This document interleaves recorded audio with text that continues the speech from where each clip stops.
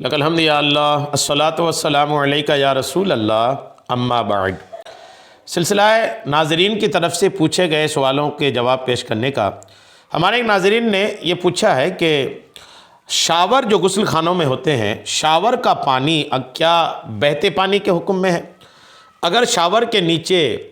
کوئی نجس اور ناپاک کپڑا لے کر کھڑا ہو جائے اور شاور کا پانی کپڑے میں برابر گرتا رہے، یوں گرتے رہے اور پھر یقین ہو جائے کہ اب نجاست دور ہو گئی ہے، تو کیا اتنے میں پاک ہو جائے گا یا اس پانی کو بھی 3 بار نچوڑنا، اس کپڑے کو بھی 3 بار نچوڑنا پڑے گا؟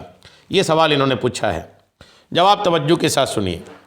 شاور تو آپ سمجھ ہی گئے ہوں گے، غسل خانے میں نہانے کے لیے جو لگایا جاتا ہے شاور، جھرنا، یہ شاور عموماً لوگ سمجھتے ہیں اس کو۔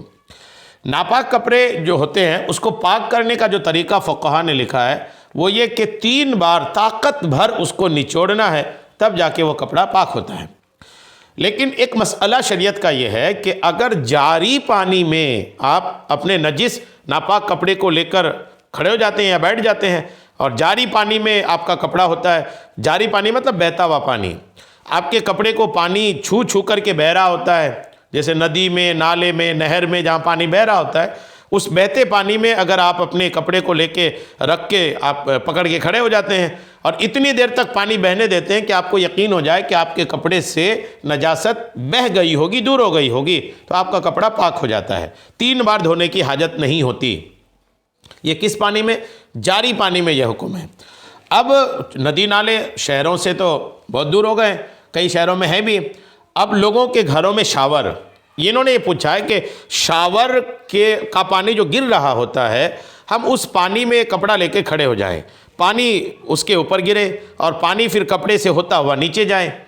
کیا اس طرح رکھے رہنے سے کپڑا پاک ہو جائے گا؟ تو آپ یاد رکھیے گا کہ اگر کوئی شاور کے نیچے یا نل کے نیچے کپڑا جو ناپاک ہے اس ناپاک کپڑے کو لے کر کھڑا ہو گیا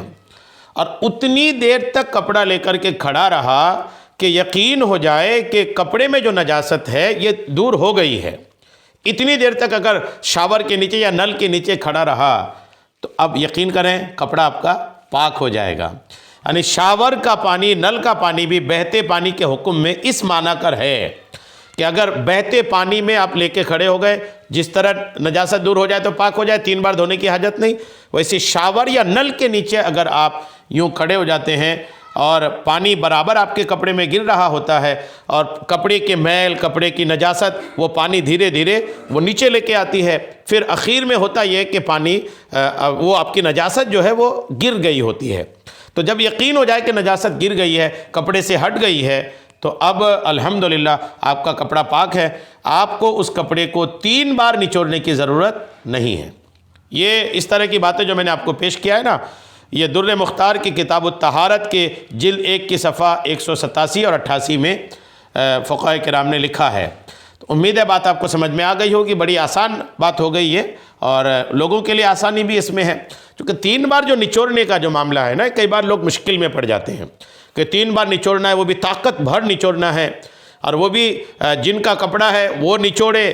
تو بہتر ہے، دوسرا کوئی کمزور آدمی نچوڑے تو اس کے لیے تو کپڑا پاک، طاقتور کے لیے کپڑا پاک نہیں، تو یہ بڑے مسائل۔ اور عموماً عورتیں گھر کے کپڑے دھوتی ہیں تو عورتیں عموماً کمزور ہوتی ہیں، وہ اپنی طاقت بھر نچوڑ لیتی ہیں، پھر مرد طاقت سے نچوڑے تو اور پانی آ جائے تو مرد کے لیے کپڑا پاک نہیں ہوگا، تو یہ آزمائشیں ہیں۔ تو اس سے بچنے کا آسان طریقہ یہی سمجھ میں آیا کہ شاور کے نیچے آپ کھڑے ہو جائیں یا نل کے نیچے کھڑے ہو جائیں، یا آپ یہ کر سکتے ہیں کہ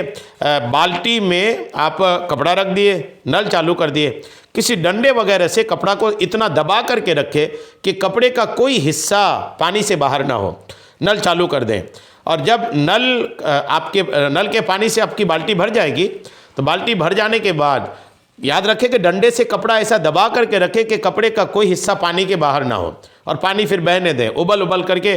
یوں پانی باہر آ جائے، اور یوں چھلک کر کے جب پانی باہر آ جائے گا آتے رہنے دیں، اور جب اتنا پانی باہر آ جائے آپ کے کپڑے سے اور بالٹی سے نیچے آ جائے کہ آپ کو یقین ہو جائے کہ نجاست اب دور ہو گئی ہوگی، تو اس صورت میں بھی آپ کا کپڑا پاک ہو جاتا ہے، آپ کی بالٹی پاک ہو جاتی ہے، جو ڈنڈا آپ لے کے رہتے وہ ڈنڈا بھی پاک کہلاتا ہے۔ تو یہ بھی ایک صورت ہے جو میں نے